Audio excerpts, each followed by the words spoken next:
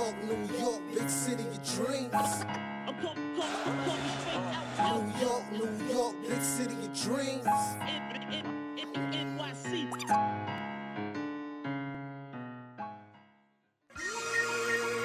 What's going on? This is Jay Ellis from the Knick of Time Show.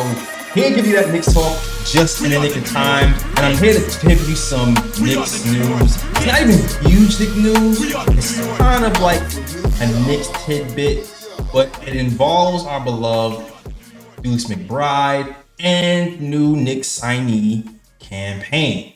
And I'm here to talk about it and break it down for you guys. So here it is. Ian Begley reported recently that Payne will get significant minutes in that second unit with the Knicks. Now, I don't know, guys, I'm not sure if you watched our latest and greatest KOT, but we kind of broke down that we figured that was the case because the Knicks, before they even got Payne, was reported that they were looking for other lead guards because they believed that Deuce McBride was not an elite guard. So this news doesn't necessarily surprise me, and it kind of sparked the idea that Deuce might be involved in trade talks to bring in a center, a backup center, or even a starting center like Clint Capella and other guys that we mentioned in past videos.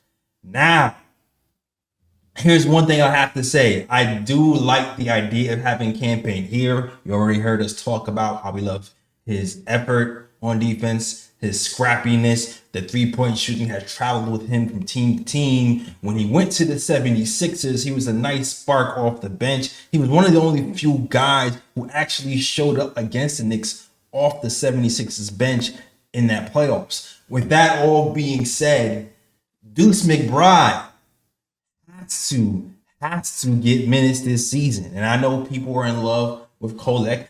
I really like Kolek's game too. I feel like he has a bright future.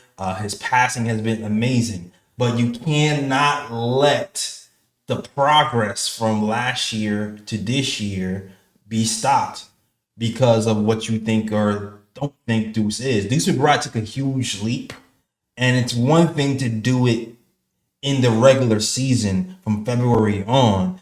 It's another thing to actually perform in high-stake playoff games. He was really big for us versus that 76ers series. He helped win the game for us just by his shooting alone and his defense, the way he was able to hawk down Tyrese Maxey. Also, there was a game where he performed really well in that Pacers series as well. Now, he didn't really finish strong, but when you consider that this is his first significant playoff minutes, you have to be still have to be impressed with how he responded. And I don't think we can just put that on the bench. And I'm gonna just give you some stats real quick to show you what Deuce has been doing all year. Outside of just averaging 8.3 points a game, shooting 45% from the field and 41% from three, he's been one of the top 3-point shooters in the league in the 82nd percentile. He's really worked on his left hand and his handle and getting to the rim. This is a guy whose weakness coming in was not getting to the rim. He shot 60% at the rim as a small guard, 59th percentile, a big jump from the 18th percentile last season. And on top of that, he was one of our best lineups last season with Jalen Brunson, Deuce, Devo, J Hart, and I Hart. Was plus 33 is one of our best lineups last season. So I think we have to kind of find some minutes with Deuce McBride, and we cannot hold up momentum and see what he can do. And I know the concerns because I called him myself. I said myself at this moment, he is not a point guard. He is a shooting guard. And part of that reason I feel like that's the way it is because that's the way the Knicks designed it. You know what I mean? If you guys remember, Emmanuel Quickley was here with Deuce McBride.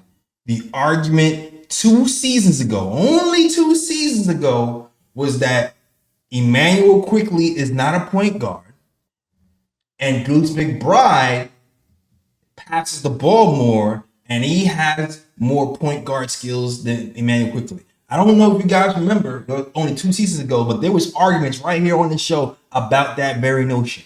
Do I think all of those instincts went away? No. What I do think what happened is they simplified the game they simplified the game for Miles McBride so they can grow it out. Similar to what they did with Quickly. They started out trying to make Quickly a lead guard. Then they just told him to concentrate on shooting. And then the year after that, they started to mix in some playmaking. I do believe that is the path they're taking for McBride. They tried to start him out as a lead guard. They said, no, it's overwhelming. We're just gonna have you concentrate on shooting. And now I think they might try to grow out his game a little bit.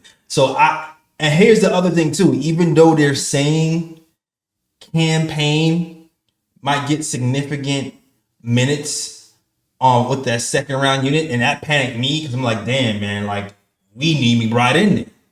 We definitely need McBride in there.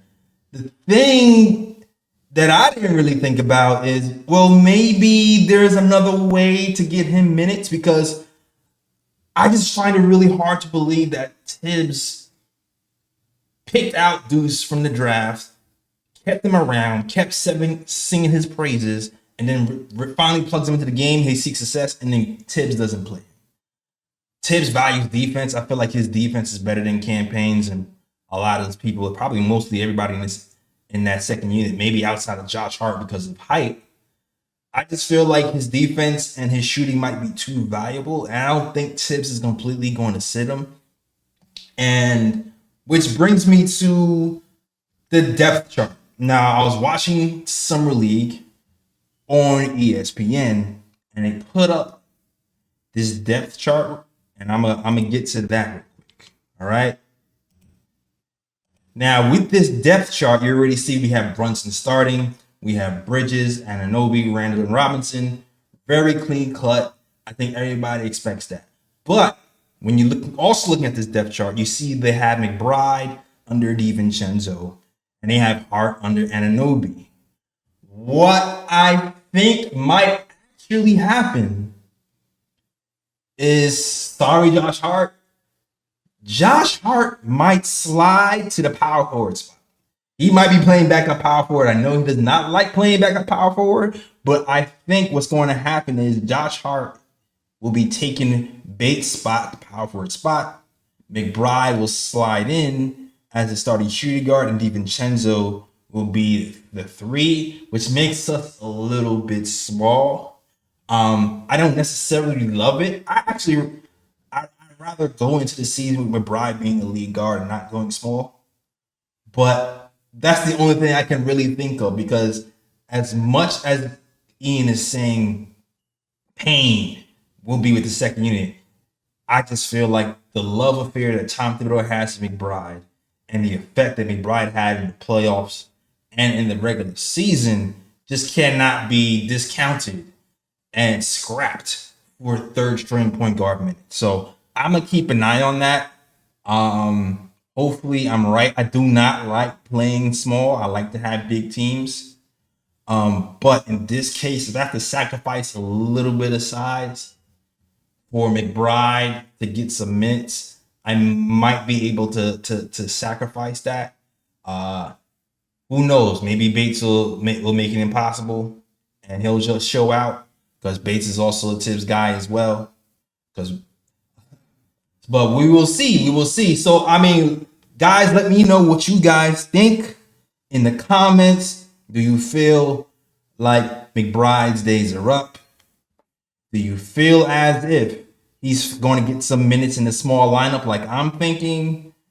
Or do you think like he's not going to get any minutes? He's going to be third string, and he will end up just being kind of a trade bait in a trade package down the line. So you guys just kind of let me know what you think. Comment below. And also, you can follow us, man. You can follow us on the KOT Show on Twitter, the Knick of Time Show on Instagram, Knick of Time Show on Facebook, you know, SoundCloud, iTunes, Google Play, Stitcher, all that jazz. And yeah, that's the show. Thank you guys for watching. And as always, shout out the Worldwide West. Everywhere we go, we leave a worldwide mess. It's a mess out here in these Knicks YouTube streets. That's the show. Thank you guys for watching. Peace.